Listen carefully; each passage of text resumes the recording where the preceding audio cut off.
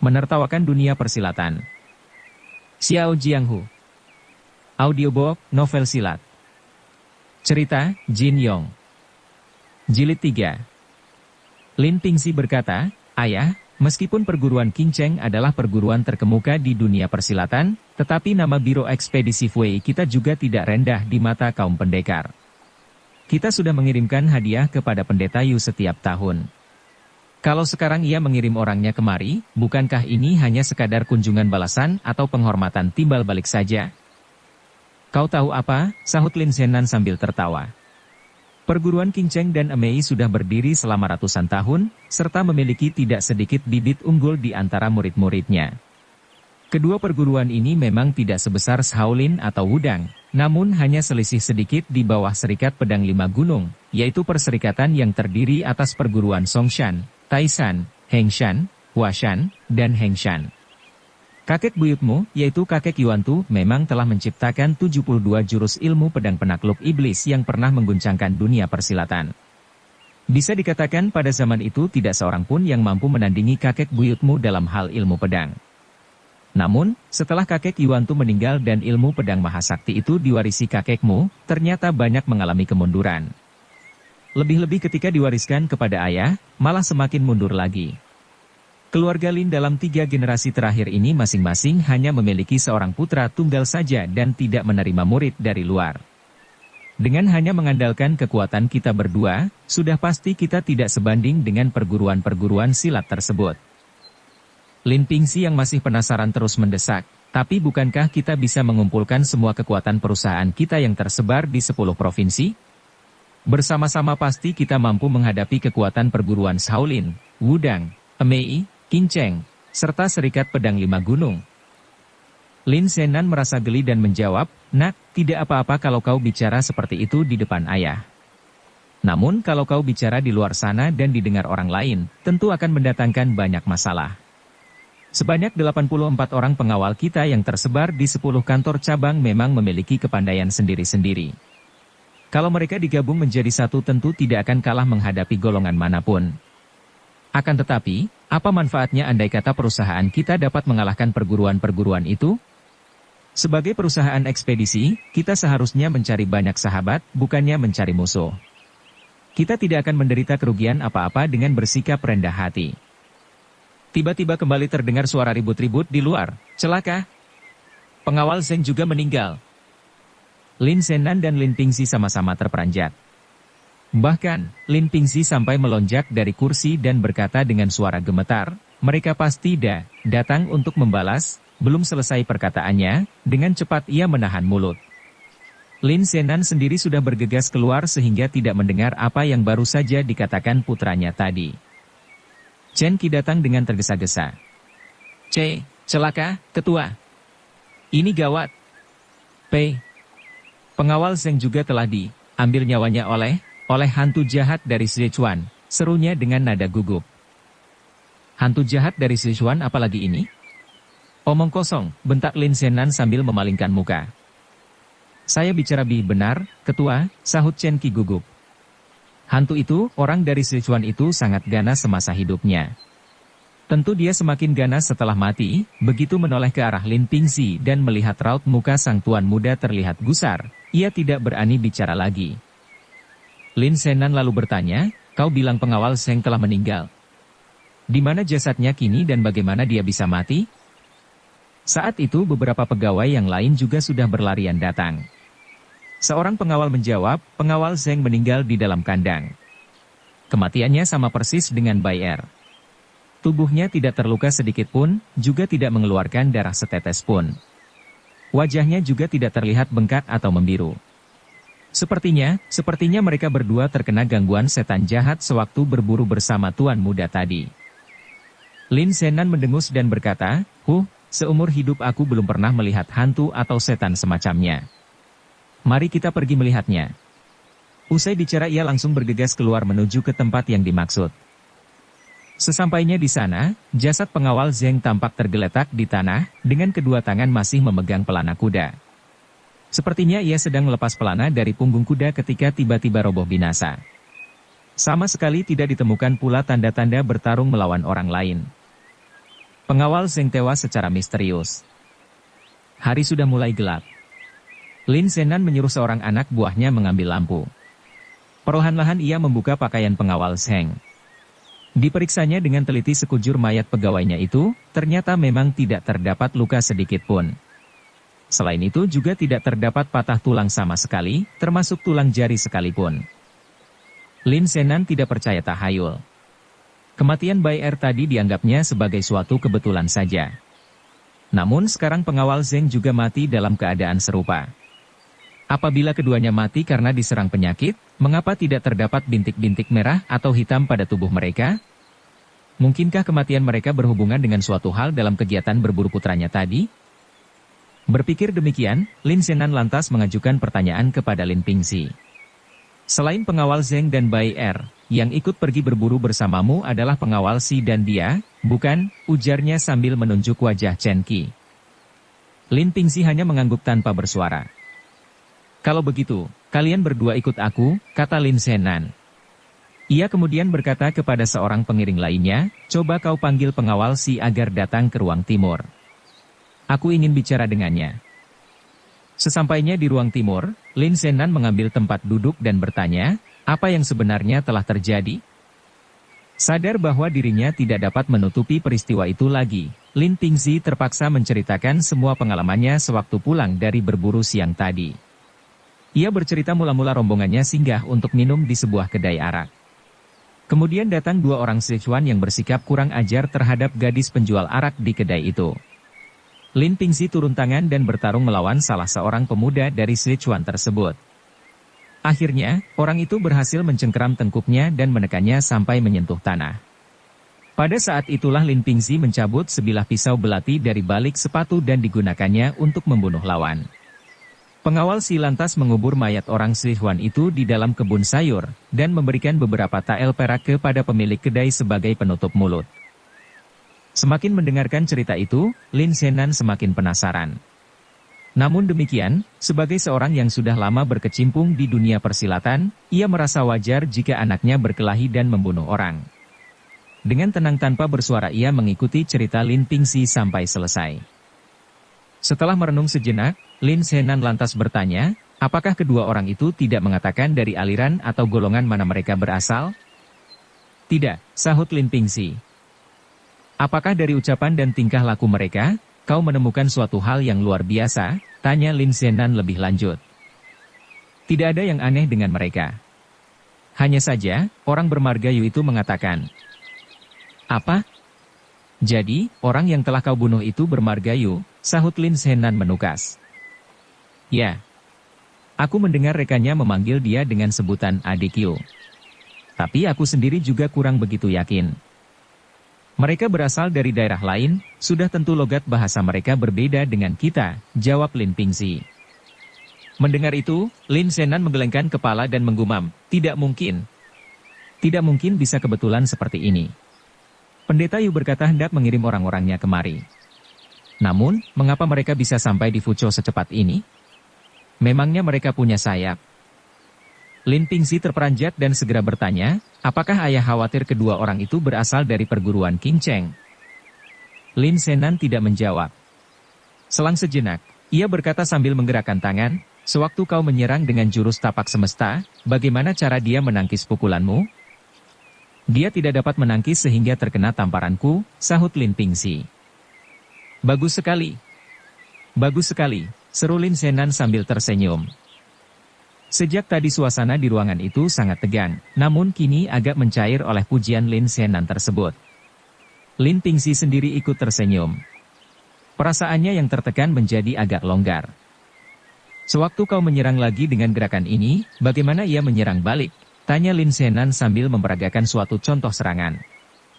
Lin Pingxi menjawab, waktu itu aku sedang marah sehingga tidak melihat dengan jelas bagaimana sikapnya. Yang pasti, aku berhasil memukul dadanya. Mendengar itu, raut muka Lin Shenan tampak lebih tenang. Ia berkata, bagus sekali, bagus sekali. Serangan kita memang harus demikian. Karena dia tidak mampu menangkis sama sekali, rasanya tidak mungkin kalau dia memiliki hubungan dengan pendeta Yu dari perguruan King Cheng.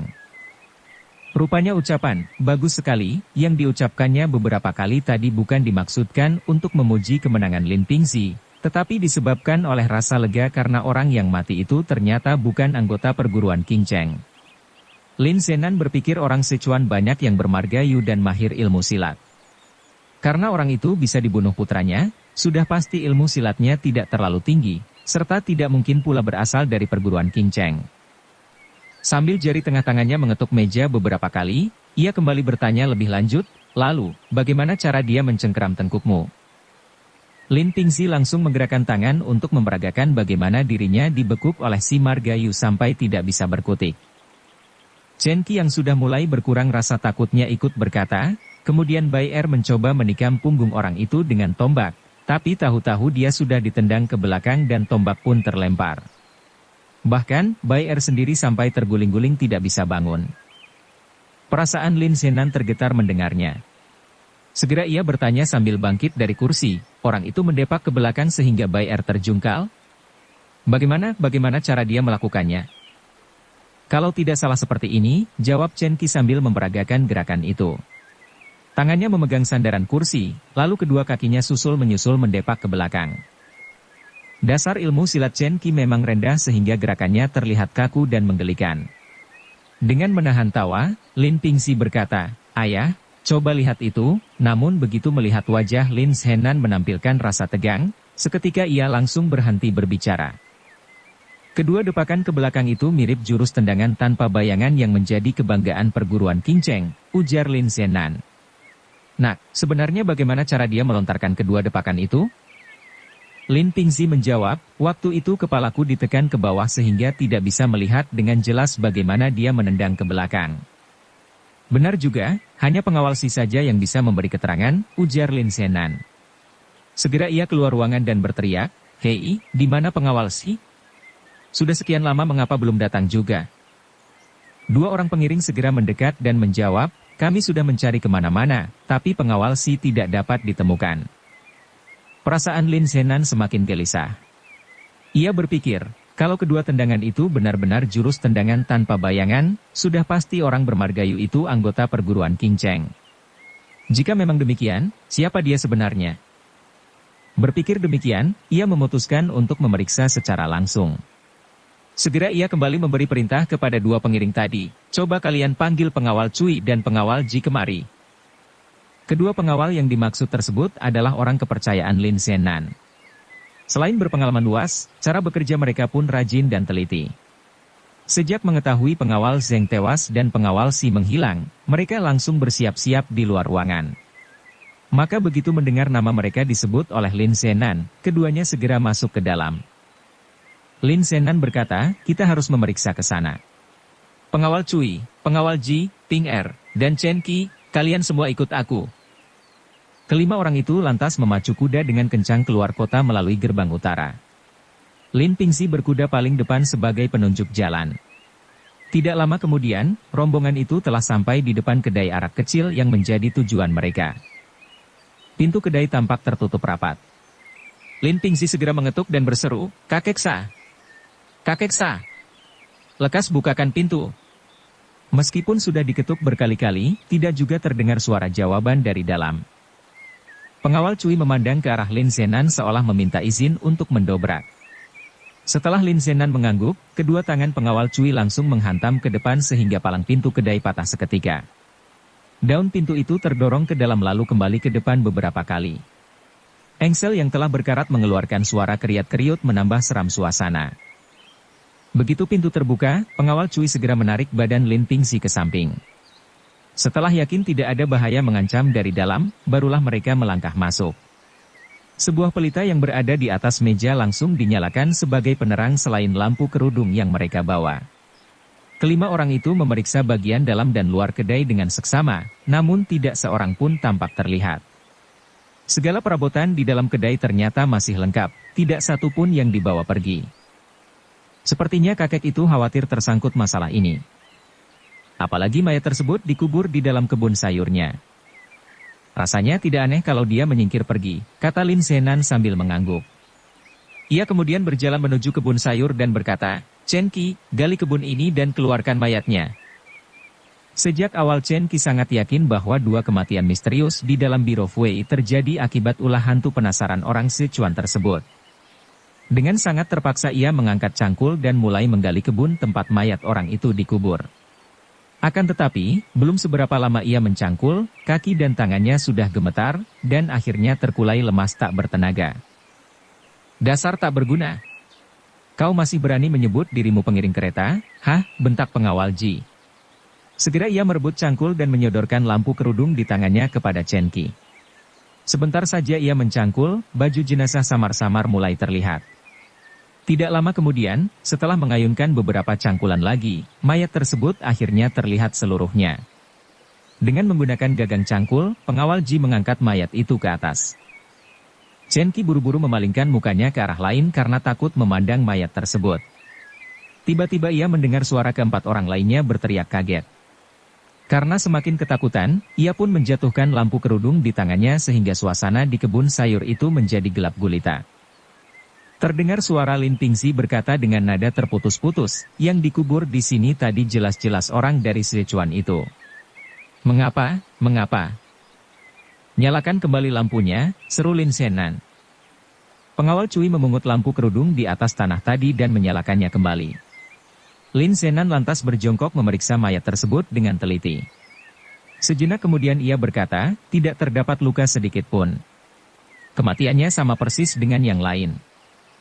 Chen Qi memberanikan diri memandang ke arah mayat. Seketika ia langsung menjerit kaget, pengawal Si. Ini pengawal Si. Mayat pengawal Si ditemukan di kebun sayur. Ternyata, mayat yang baru diangkat dari kuburan tersebut adalah pengawal Si, sementara mayat orang Sichuan bermarga Yu sudah menghilang entah kemana. Ada yang tidak beres dengan kakek bermarga Sa itu, ujar Lin Shenan. Segera ia menyambar lampu kerudung dan kemudian berlari ke dalam kedai untuk memeriksa kembali. Dari guci arak di dapur sampai panci, mangkuk, piring, meja, dan kursi, semuanya tanpa kecuali dijungkir balikan untuk diperiksa dengan lebih cermat. Namun demikian, tetap saja tidak terdapat suatu petunjuk yang mencurigakan. Lin Pingxi dan yang lain ikut masuk ke dalam kedai dan memeriksa pula. Tiba-tiba pemuda itu berteriak, "Ayah, coba ke sini dan lihat ini." Lin Shenan bergegas menuju ke arah putranya bersuara. Ternyata Lin Pingxi menemukan sesuatu di dalam kamar tidur Wan Er, cucu kakek Sa. Pemuda itu tampak memegang sehelai sapu tangan berwarna hijau. "Ayah, seorang gadis dari keluarga miskin mana mungkin bisa memiliki sapu tangan seperti ini?" ujarnya. Lin Shenan mengambil sapu tangan itu. Samar-samar tercium olehnya bau harum yang menarik perhatian. Sapu tangan ini sangat halus dan terasa agak mantap, jelas terbuat dari bahan sutra pilihan. Ketika diperiksa lebih lanjut, tampak di tepi benda itu terdapat lingkaran berupa 3 garis benang berwarna hijau. Salah satu ujungnya bersulamkan setangkai bunga mawar berwarna merah, sepertinya dikerjakan dengan sangat teliti dan indah sekali. "Dari mana kau peroleh sapu tangan ini?" tanya Lin Shenan. "Kutemukan di sudut kolong ranjang," jawab Lin Pingxi. Mungkin mereka pergi dengan tergesa-gesa sehingga tidak sempat melihat sapu tangan ini jatuh sewaktu berbenah. Dengan menggunakan lampu kerudung, Lin Shenan berjongkok memeriksa kolong ranjang namun tidak menemukan apa-apa lagi. Setelah merenung sejenak ia lalu berkata, "Kau bilang nona penjual arak itu mukanya sangat jelek. Aku berpikir pakaiannya pasti tidak terlalu bagus. Namun, apakah penampilannya sangat bersih dan teliti? Waktu itu aku tidak terlalu memperhatikan dia, tapi rasanya memang tidak terlalu buruk dan dekil," jawab Lin Pingxi. "Kalau pakaiannya kotor, tentu aku dapat merasakannya sewaktu dia membawakan arak untukku." "Bagaimana pendapatmu, adik Cui?" sahut Lin Shenan sambil berpaling kepada pengawal Cui. "Saya rasa kematian pengawal Si dan pengawal Zheng tentu ada sangkut pautnya dengan kakek dan cucu ini. Bahkan kemungkinan besar, mereka adalah para penjahat yang sedang menyamar," jawab pengawal Cui. "Kedua orang Sichuan itu bisa jadi adalah komplotan mereka," ujar pengawal Ji menambahkan. "Kalau tidak, untuk apa mereka menukar mayat di kebun sayur? Tapi orang bermarga Yu jelas-jelas berbuat kasar dan menggoda nona itu. Kalau tidak, mana mungkin aku berkelahi dengannya," sahut Lin Pingxi. "Rasanya tidak mungkin mereka ini satu komplotan." "Dalam hal ini tuan muda masih kurang berpengalaman," ujar pengawal Cui. Kita ini hidup di dunia persilatan dan sudah biasa menemui orang-orang yang bersikap palsu dan jahat. Mereka sering memasang perangkap untuk menjerat lawannya. Misalnya, dua orang pura-pura berkelahi supaya muncul pihak ketiga melerai mereka. Begitu ini terjadi, mendadak dua orang yang berkelahi tadi berbalik mengeroyok orang ketiga tersebut. Pengawal Ji bertanya dengan suara lirih, bagaimana pendapat ketua tentang masalah ini? Sasaran yang dituju si kakek dan gadis penjual arak ini sudah pasti diri kita, jawab Lin Zenan. Hanya saja, aku belum yakin apakah mereka berdua benar-benar komplotan orang-orang Sichuan itu atau bukan. Menyadari sesuatu, tiba-tiba Lin Pingxi menyahut, ayah berkata bahwa pendeta Yu dari kuil Cemara Angin telah mengirim 4 muridnya berkunjung kemari. Bukankah jumlah mereka sudah lengkap 4 orang? Kata-kata ini menghantam perasaan Lin Zenan bagaikan palu godam. Beberapa saat ia terkesima dan merenung, kemudian berkata lirih, selamanya Biro Ekspedisi Fui selalu menghormati perguruan Qin Cheng dan belum pernah berbuat sesuatu yang tidak baik terhadap mereka. Lalu, untuk apa pendeta Yu mengirim orang-orangnya ke sini mengganggu kita? Untuk apa? Kelima orang itu hanya saling pandang dengan perasaan bingung tanpa bersuara sedikit pun. Setelah agak lama, barulah Lin Zenan kembali berkata, marilah kita pindahkan dulu jenazah pengawal Si ke dalam rumah. Tentang peristiwa ini hendaknya jangan sampai tersiar supaya tidak diketahui oleh pihak yang berwajib. Aku tidak ingin menimbulkan masalah yang lainnya lagi. Setelah diam sejenak ia melanjutkan, keluarga Lin selalu menghormati orang lain. Namun, kami juga bukan pengecut yang menerima begitu saja jika dihina. Pengawal Ji berkata dengan nada tegas, Ketua, pepatah mengatakan, para prajurit diberi makan selama setahun untuk menghadapi satu pertempuran. Sudah cukup banyak kami menerima budi baik Ketua. Kami semua siap mengangkat senjata demi membela nama baik Biro Fui. Terima kasih banyak atas kesetiaan kalian, sahut Lin Zenan sambil menganggukkan kepala. Ia lantas mengajak rombongannya itu kembali ke dalam kota. Sesampainya di kantor pusat, tampak para pegawai berkumpul di depan pintu utama. Puluhan obor yang mereka pegang membuat suasana malam itu terang benderang bagaikan siang. Lin Zenan sendiri berdebar-debar menyaksikan pemandangan ini. Ketua sudah pulang. Ketua sudah pulang, seru orang-orang itu bersama-sama. Istri Lin Zenan menyambut dengan wajah kesal. Suamiku, coba kau lihat itu. Sungguh berani mereka menghina kita. Meskipun sudah menikah dengan Lin Zenan, namun perempuan ini lebih akrab dipanggil dengan sebutan Nyonya Wang, sesuai marga aslinya. Begitu melihat sang suami datang, Nyonya Wang langsung bercerita sambil menunjuk potongan 2 batang tiang bendera yang saling melintang di atas tanah. Keduanya tidak lain adalah tiang panji-panji Biro Ekspedisi Fui yang selama ini berdiri gagah di depan pintu utama gedung kantor pusat. Ditinjau dari bekas patahannya yang halus, jelas tiang-tiang tersebut dipotong menggunakan golok yang sangat tajam. Nyonya Wang yang saat itu sedang tidak memegang senjata segera melolos pedang sang suami untuk memotong tali bendera dari tiangnya. Kemudian ia melipat panji-panji perusahaan keluarga Lin tersebut dan membawanya masuk ke dalam gedung. Lin Zenan lantas berkata, adik Cui, lekas kau potong sisa tiang bendera yang masih tertinggal di altar batu itu. Mereka pikir mudah menjatuhkan nama besar Biro Ekspedisi Fui. Baik, Ketua, sahut pengawal Cui kemudian bergegas menjalankan perintah. Bersambung ke jilid 4. Dukung kami dengan subscribe, follow, like, komen dan share. Terima kasih.